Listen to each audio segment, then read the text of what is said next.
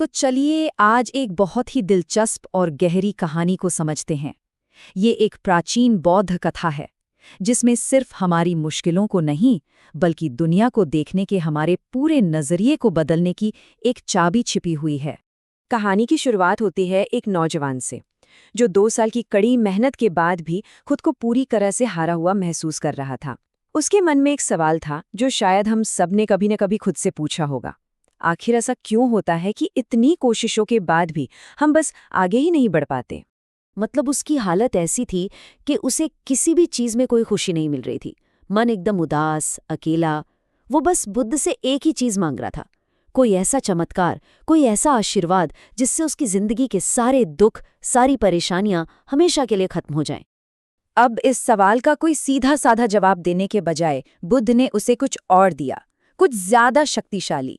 उन्होंने उसे एक कहानी सुनाई, एक बहुत बहादुर राजा की कहानी, और उसकी एक ऐसी मांग की जिसे पूरा करना नामुमकिन सा लगता था। ये राजा एक हीरो था जिसे उसकी प्रजा बहुत प्यार करती थी। उसने 11 दिन तक चले एक भयानक युद्ध में अपने राज्य को बचाया था, लेकिन इस जीत की कीमत बहुत बड़ी थी। युद्ध ने उसे पूरी तरह बदल दिया था। उसने अपना एक पैर और एक आंख खो दी थी, और चेहरे पर एक ऐसा गहरा जख्म था कि उसे पहचानना भी मुश्किल हो गया था। तो राजा ने अपने दरबार के सभी चित्रकारों को बुलाया और उनके सामने एक अजीब सी पहेली रख दी। राजा ने कहा, मुझे मेरा एक ऐसा चित्र चाहिए जो बिल्कुल यथार्थवादी हो, मतलब जैसा मैं हूं, मेरे सारे जख्मों और कमियों के साथ। लेकिन साथ ही वो चित्र इतना प्रेरणादायक भी होना चाहिए कि आने वाली पीढ़ियां उसे देखकर हिम्मत और ताकत महसूस करें। ये सुनते ही पूरे दरबार में सन्नाटा छा गया। ये तो एक जाल जैसा था।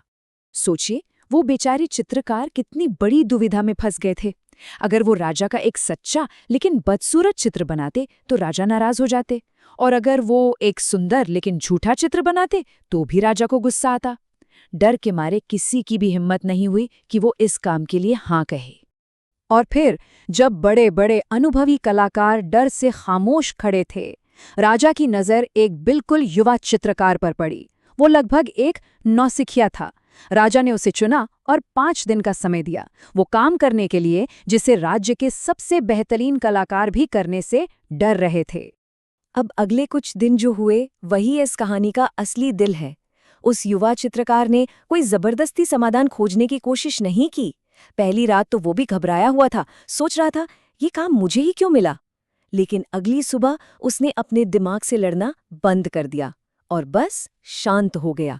उसने सिर्फ देखना शुरू किया, बिना किसी जजमेंट के, और उस खामोशी में उसे राजा के जख्मों के पीछे छिपी उनकी वीरता दिखने लगी। और वहीं से शांति से एक विचार का जन्म हुआ।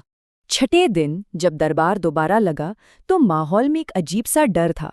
सब चुप थे, लेकिन जैसे ही उस नौजवान चित्रकार ने अपनी पेंटिंग से पर्दा हटाया, वो खामोशी जोरदार तालियों की गड़गड़ाहट में बदल गई। समाधान क्या था? अरे वो कमाल का था, बिल्कुल जीनियस। चित्रकार ने राजा को एक घोड़े पर सवार दिखाया, जिससे उनका कटावा पैर घोड़े के पीछे स्वाभाविक रूप से छिप गया। राजा धनुष पर तीर चढ़ाकर निशाना साध रहे थे, और निशाना साधते हुए उनकी एक आंख स्वाभाविक रूप से बंद थी। इस तरह उनकी घायल आंख भी छिप गई। सारे घाव गायब थे, लेकिन चित्र में सिर्फ और सिर्फ ताकत, एकाग्रता और वीरता दिख रही थी। ये चित्र एक ही समय में सच भी था और प्रेरणादायक भी। कहानी खत्म करने के बाद बुद्ध उस दुखी नौजवान की तरफ मुड़े। असली सबक तो अब शुरू होने वाला था। बुद्ध की पहली और सबसे जरूरी सीख ये थी, हमें अपनी मुश्किलों का सामना करना चाहिए, उनसे भागना नहीं चाहिए। जिस पल हम किसी समस्या से मुंह मोड़ते हैं, वो खत्म नहीं होती, बल्कि हमारा डर उसे और बड़ा बना देता है और हमारी ताकत को छीन लेता है। और यहीं पर बुद्ध ने एक बहुत ही जरूरी फर्क समझाया, प्रतिक्रिया यानी रिएक्शन और प्रतिसाद यानी रिस्पॉन्स के बीच का फर्क। देखिए, प्रतिक्रिया डर से पैदा होती है, जैसे बाकी चित्रकारों की घबराहट, ये हमें फंसा देती है। लेकिन प्रतिसाद शांति से आता है, जब हम किसी चीज को बिना जज किए बस देखते हैं। ये हमें समस्या के आर पार देखने की ताकत देता है, और वहीं से समाधान के रास्ते खुलते हैं। कहानी के चित्रकार इसका सबसे अच्छा उदाहरण है ना? जिन लोगों ने प्रतिक्रिया दी, उन्हें सिर्फ बदसूरती और डर दिखा, लेकिन जिस एक ने शांत रहकर प्रतिसाद दिया, उसने जख्मों के पीछे के योद्धा को देखा और एक मास्टरपीस बना दिया। तो चलिए अब इस पाठ को थोड़ा और आगे लेकर चलते हैं। ये कहानी सिर्फ चित्रकारी के बारे में नहीं है, ये जिंदगी को एक बिल्कुल अलग नज़र से देखने की कला सीखने के बारे में है।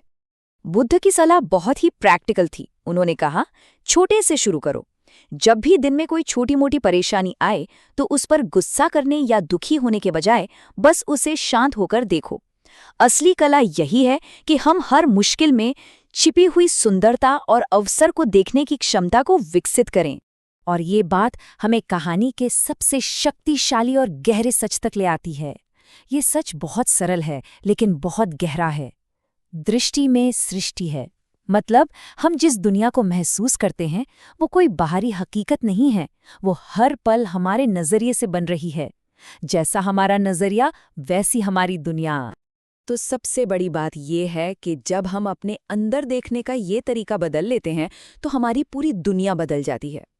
जो चीज़ें पहले दीवारें लगती थीं वो दरवाजे बन जाती हैं, जो समस्याएं बोझ लगती थीं वो आगे बढ़ने का मौका बन जाती हैं, और धीरे धीरे जिंदगी एक संघर्ष नहीं बल्कि एक आशीर्वाद जैसी लगने लगती है। तो ये चर्चा इस एक सवाल पर आकर खत्म करते हैं, अपनी जिंदगी में वो असंभव चित्र क्या है? वो कौन सी ऐसी चुनौती है जिसे अगर प्रतिक्रिया से नहीं बल्कि एक शांत प्रतिसाद से देखा जाए तो शायद उसमें छिपी एक शानदार तस्वीर सामने आ सकती है।